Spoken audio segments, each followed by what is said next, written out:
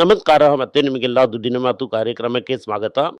ಇವತ್ತು ಡಮಾಲ್ ಡಮಾಲೆ ಒಂದೇ ಏಟು. ಬೆಳಗ್ಗೆ 23,900 ಇತ್ತು, ಬಂತು, ಹೋಯ್ತು. 23,811 ವರೆಗೂ ಹೋಗ್ಬಿಟ್ಟು ಈಗ 23,900 ಕೆಳಗಡೆ ಟ್ರೇಡ್ ಆಗ್ತಾ ಇದೆ. 160, 150, 140 ಈ ರೀತಿ ಮೇಲೂ ಕೆಳಗೂ ಟ್ರೇಡ್ ಆಗ್ತಾ ಇದೆ. ಬ್ಯಾಂಕ್ ನಿಫ್ಟಿ ಕೂಡ 400 ಪಾಯಿಂಟ್ ಅಲ್ಲಿ ಶುರು ಮಾಡಿ ಕೆಳಗಡೆ ಹೊರಟೋಯ್ತು. ಸೊ ಬೇರೆಗನ್ನ ಇಟ್ಟು ಏರ್ಸೋದಕ್ಕೆ ನೋಡ್ತಾ ಇದ್ದಾರೆ. ಫಾರ್ಮಾ ಇವತ್ತು ಕೂಡ 0.9% ಗಿಲ್ಲಿ. ಮೆಟಲ್ಲು ಜಸ್ಟ್ ಫ್ಲಾಟು, ಆಟೋನು flat, IT. 0.5% negative and FMCG 0.4% negative. ಚಿನ್ನ ಗಿಲ್ಲಿ ತರ ಏರ್ತಾನೆ ಇದೆ. 1500ಗೆ ಹೋಗ್ಬಿಟ್ಟಿದೆ. 14,727 24 ಕ್ಯಾರೆಟ್ ಗೋಲ್ಡ್. ಬೆಳ್ಳಿ 225 ಫ್ಯೂಚರ್ಸ್ ಮಾರ್ಕೆಟ್ ಅಲ್ಲಿ. ಗೋಲ್ಡು $4,125 ಒಂದು ಔನ್ಸ್ಗೆ. ಕಚ್ಚಾ ತೈಲ ಏರಿ 98ಕ್ಕೆ ಹೋಗ್ಬಿಟ್ಟಿದೆ ಇವಾಗ.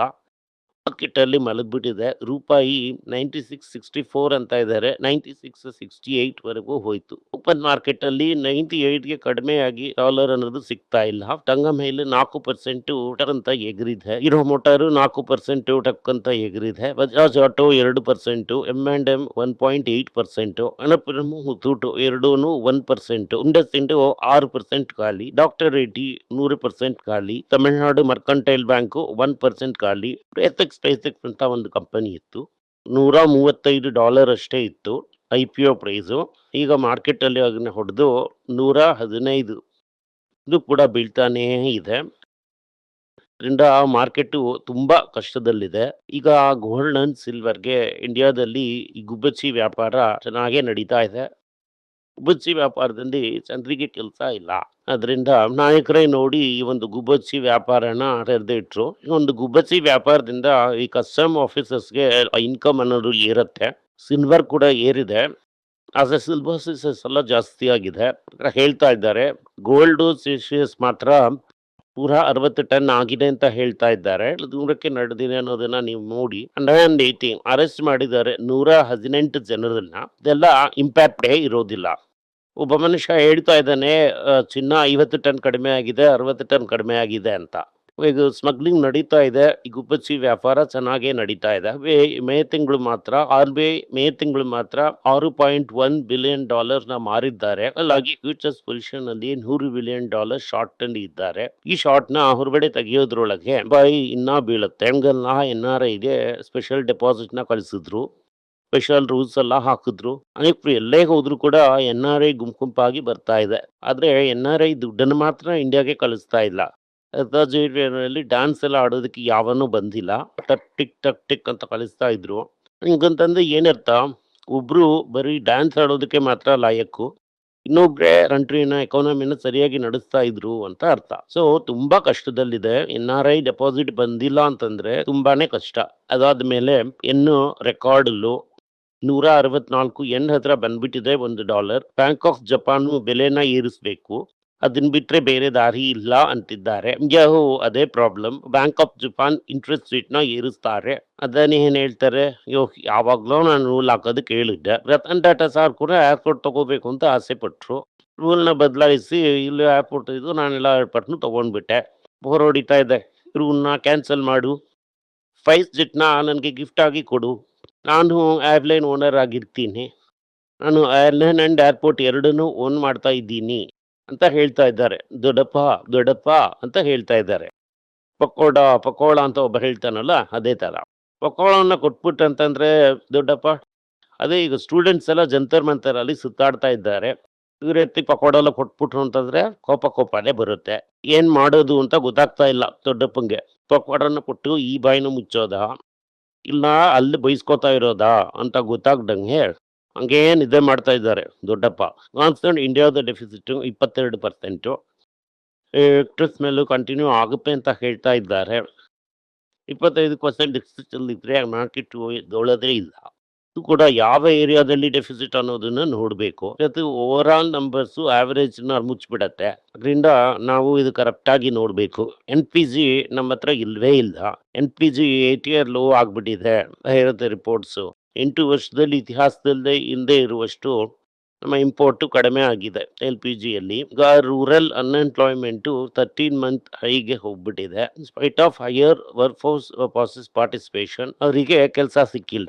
End bank 72% profit jump. ಅದೇ ರೀತಿ ಮ್ಯಾಗ್ನೆಟ್ನ ಕೂಡ ಕಡಿಮೆ ಮಾಡಿದ್ದಾರೆ. ಇದು ಓವರ್ ಆಲ್ ಆಗಿ ಒಳ್ಳೇದೇ. ನೆಟ್ ಇಂಟ್ರೆಸ್ಟ್ ಮಾರ್ಜಿನ್ ಕೂಡ ಏರಿದೆ. ಇನ್ನು ಫಾಸ್ಟ್ ಆಗಿ ಗ್ರೋತ್ ಬರುತ್ತೆ ಅಂತ ಎಕ್ಸ್ಪೆಕ್ಟ್ ಮಾಡ್ತಾ ಇದ್ದಾರೆ. ಸೊ ಅದರಿಂದ ಹೊಡೆದಿದ್ದಾರೆ. ಆಫ್ಟರ್ ಎಡ್ಡಿ ಇನ್ಫಾಲ್ 49% ಕಡಿಮೆ ಆಗಿದೆ. ಯಾಕೆಂತಂದ್ರೆ US ಅಲ್ಲಿ ಬಿಸ್ನೆಸ್ ವೀಕ್ ಆಗಿದೆ. ಪ್ರಾಬ್ಲಮ್ ಇಂದ ಒಂದೇ ಏಟು ತಿಂತಾ ಇದೆ. ಸಮಯದಲ್ಲಿ ಅಲ್ಲಿ ಬೇರೆ ಈ 100% ಟ್ಯಾಕ್ಸ್ ಹಾಕಿದ್ರೆ ಎದ್ದೋಳೋದಕ್ಕೆ ಕಷ್ಟ ಆಗ್ಬಿಡತ್ತೆ. ಅಮೆರಿಕಾಗೂ ಕಷ್ಟ, ನಮಗೂ ಕಷ್ಟ. ಇಷ್ಟೇ Q1 ಪ್ರಾಫಿಟ್ 48% ಗ್ರೋತ್ ಅಂತ ಹೇಳ್ತಾ ಇದ್ದಾರೆ. ಏನು ಅಂತ ನೋಡಿದ್ರೆ ವಾಲ್ಯೂಮ್ ಗ್ರೋತ್ ತುಂಬಾ ಸ್ಟ್ರಾಂಗ್ ಆಗಿದೆ. ಸೊ ಅದರಿಂದ ಇದು ಹೇಗಿರುತ್ತೆ ಅನ್ನೋದನ್ನ ನೋಡೋಣ. ಝೊಮ್ಯಾಟೊ ಏನ್ ಹೇಳ್ತಾರೆ ಅಂತಂದ್ರೆ ನಮಗೆ ಕ್ವಿಕ್ ಕಾಮರ್ಸ್ ಇಂದ ನಿಮಗೆ ರೆಕಾರ್ಡ್ ಪ್ರಾಫಿಟ್ ಅನ್ನೋದು ಬಂದಿದೆ. ಕರೆಕ್ಟ್ ಆಗಿ ನಾವು ನೋಡಿದ್ರೇನೆ ಗೊತ್ತಾಗುತ್ತೆ ಅದು ಸತ್ಯನಾ ಇಲ್ವಾ ಅಂತ. ಟೆಕ್ 730 ಕೋಟಿ ರೂಪಾಯಿ ಇನ್ವೆಸ್ಟ್ ಮಾಡಿ ಇಂಡಿಯಾ ಓನ್ ಸೆಂಟರ್ ನ ಶುರು ಮಾಡಿದ್ದಾರೆ. ಇದೇನೆ ಇಂಡಿಯಾದ ಫಸ್ಟ್ ಡೇಟಾ ಸೆಂಟರ್ ಶುರು ಮಾಡಿದ್ದಾರೆ. ಇದರಿಂದ 6,000 ಜನರಿಗೆ ಹೈ ಸ್ಕಿಲ್ ಜಾಬ್ ಸಿಗುತ್ತೆ ಅಂತ HCL ಟೆಕ್ ನಂಬ್ತಾ ಇದೆ. ಇಂತೆಲ್ಲೂ ಡೇಟಾ ಸೆಂಟರ್ ಹೊಸದಾಗಿ ಲೇ ಆಫ್ ಮಾಡ್ತಾ ಇದ್ದಾರೆ. ತುಂಬಾ ಜನರನ್ನ ಈ ರೀಸ್ಟ್ರಕ್ಚರ್ ಮಾಡುವಾಗ ತುಂಬಾ ಜನರನ್ನ ಕೆಲಸದಿಂದ ತೆಗಿತಾ ಇದ್ದಾರೆ. Nearly 132,000 employees. ಆಲ್ರೆಡಿ 51,000 ಜನರನ್ನ ಕೆಲಸದಿಂದ ತೆಗೆದಿದ್ದಾರೆ. ಇನ್ನು ಎಷ್ಟು ಜನರನ್ನ ಕೆಲಸದಿಂದ ತೆಗಿತಾರೆ ಅಂತ ಅನ್ನೋದು ಗೊತ್ತಿಲ್ಲ. ಆಲ್ ಬ್ಯಾಂಕು 17% ಲೋನ್ ಗ್ರೋತ್ ತೋರಿಸ್ತಾ ಇದ್ದಾರೆ. EVS ಮೋಟಾರ್ಸ್ ಏನ್ ಹೇಳ್ತಾ ಇದ್ದಾರೆ ಅಂತಂದ್ರೆ ಮೇಲೆ ನಮ್ಗೆ ಬರಲಿರುವಂತಹ ದೊಡ್ಡ ವ್ಯಾಪಾರ ಅಲ್ಲ, ಇಂಟರ್ನ್ಯಾಷನಲ್ ಬಿಸ್ನೆಸ್ ಇಂದ ಬರುತ್ತೆ. ಅದರಿಂದ ನಾವು strong growth in 2027 Africa, Latin America, ಏಷ್ಯಾದಲ್ಲಿ ಮಾಡ್ತೀವಿ ಅಂತ ಹೇಳ್ತಾ ಇದ್ದಾರೆ. ಟೈಬ್ರಸ್ ಲೈಫ್ ಸೈನ್ಸಸ್ ರಿಸಲ್ಟ್ ಬರೋದಕ್ಕೆ ಮುಂಚೆನೆ Q1 ಅಲ್ಲಿ ಒಳಗಡೆ ಬಿದ್ದೋಯ್ತು. ಇವರು ಅಮೆರಿಕಾದಲ್ಲಿ ಒಂದು ಕಂಪನಿನ ತಗೊಂಡಿದ್ದಾರೆ. ಅದರಲ್ಲಿ ಇವರು 8ನ ತಿಂತಾ ಇದ್ದಾರೆ. ಇಂಡಿಯಾದ ಫಾರ್ಮಾ ಇಂಡಸ್ಟ್ರಿ ಏನ್ ಹೇಳ್ತಾ ಇದೆ ಅಂತಂದ್ರೆ ಟ್ರಂಪ್ ಅವರ ಟ್ಯಾರಿಫ್ ಎಲ್ಲ ಇಂಪ್ರಾಕ್ಟಿಕಲ್ಲು, ಇದನ್ನೆಲ್ಲ ಇಂಪ್ಲಿಮೆಂಟೇ ಮಾಡೋದಕ್ಕಾಗಲ್ಲ, ತರ ಆಡ್ಕೊಂಡ್ಬಿಟ್ಟು ಹೋಗ್ತಾರೆ ಅಂತ ಹೇಳ್ತಾ ಇದ್ದಾರೆ. ಅದಕ್ಕೆ ಟ್ರಂಪ್ ಸರ್ ಏನ್ ಹೇಳಿದ್ದಾರೆ ಅಂತಂದ್ರೆ ಸೌದಿ ಅರೇಬಿಯಾ ಜೊತೆ 30 ಇಯರ್ ನ್ಯೂಕ್ಲಿಯರ್ ಡೀಲ್ ಪ್ರೋಗ್ರಾಮ್ ಅಂತೆ. 10 ವರ್ಷಕ್ಕೆ ಅಮೆರಿಕಾಗೂ ಸೌದಿ ಅರೇಬಿಯಾಗೂ ಒಂದು ಅಗ್ರಿಮೆಂಟ್ ನ ಹಾಕಿ ಡೀಲ್ ನ ಟೈಅಪ್ ಮಾಡ್ತಾರಂತೆ. ಓವರ್ ಆಲ್ ಆಗಿ ನೋಡಿದ್ರಿ ಅಂತಂದ್ರೆ ಮಾರ್ಕೆಟ್ ತುಂಬಾ ವೀಕ್ ಆಗೇ ಇದೆ. ಇದಕ್ಕಿಂತ ಮೇಲೆ ವೀಕ್ ಆಗಿದೆ ಅಂತ ಹೇಳೋದ್ರಲ್ಲಿ ಅರ್ಥ ಇಲ್ಲ. ಗೋಲ್ಡು ಏರಿದೆ. ಗೋಲ್ಡ್ನ ಯಾರು ತಗೋತಾ ಇದ್ದಾರೆ ಅಂತಂದ್ರೆ ಸೆಂಟ್ರಲ್ ಬ್ಯಾಂಕ್ಸ್ ಮಾತ್ರನೇ ತಗೋತಾ ಇದ್ದಾರೆ. ತಗೊಳ್ತಾ ಬೇರೆಯವ್ರಿಗೆ ತಗೊಳಕ್ಕೆ ಇರುವಂತ ಸ್ಪೇಸ್ ಕೂಡ ಕಡಿಮೆ ಆಗ್ತಾ ಇದೆ. ಅವರು ಕೂಡ ತುಂಬಾನೇ ತಗೋತಾ ಇದ್ದಾರೆ. ಬಟ್ ಓವರ್ ಆಲ್ ಆಗಿ ನೋಡಿದ್ರಿ ಅಂತಂದ್ರೆ ಬಜಾಜ್ ಕೂಡ ಕೆಳಗಡೆ ಬಿದ್ದಿದೆ. ಎಲ್ಲಾನು ತುಂಬಾ ಸ್ಟಾಕ್ಸ್ ಇದೆ ನೀವು ಕನ್ಸಿಡರ್ ಮಾಡೋದಕ್ಕೆ. ಅದರಿಂದ ತಾಳ್ಮೆಯಿಂದ ಇದ್ದು ಸ್ಟಾಕ್ಸ್ ನ ಕನ್ಸಿಡರ್ ಮಾಡಿ. ಬೀಳ್ತಾನೆ ಕನ್ಸಿಡರ್ ಮಾಡಬೇಕು. ಇನ್ನೂ ಕೂಡ ಲಂಚ್ ಟೈಮ್ ಅನ್ನೋದು ಬಂದಿಲ್ಲ, ವೇಟ್ ಮಾಡ್ತಾ ಇದ್ದೀವಿ. ಯಾವಾಗ ಬರುತ್ತೆ ಅಂತ ಅನ್ನೋದು ಗೊತ್ತಿಲ್ಲ. ಓವರ್ ಆಲ್ ಆಗಿ ಮಾರ್ಕೆಟ್ 23,400 ಪೀಕ್ ಆಗ್ಬಿಡುತ್ತೆ ಅಂತ ಹೇಳಿದ್ದು ಹೊಡೆದಿದೆ. 23,800 ಹತ್ರ ಮಾರ್ಕೆಟ್ ಇದೆ.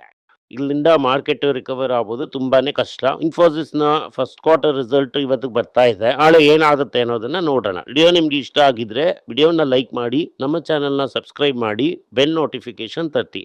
ಈ ವಿಡಿಯೋನ ಸಾಧ್ಯ ಆದ್ರೆ ಸಂಬಂಧಿಕರಿಗೂ ಸ್ನೇಹಿತರಿಗೂ ಕಳಿಸಿ, ಅವರಿಗೂ ನೋಡೋದಕ್ಕೆ ಹೇಳಿ. ಧನ್ಯವಾದಗಳು.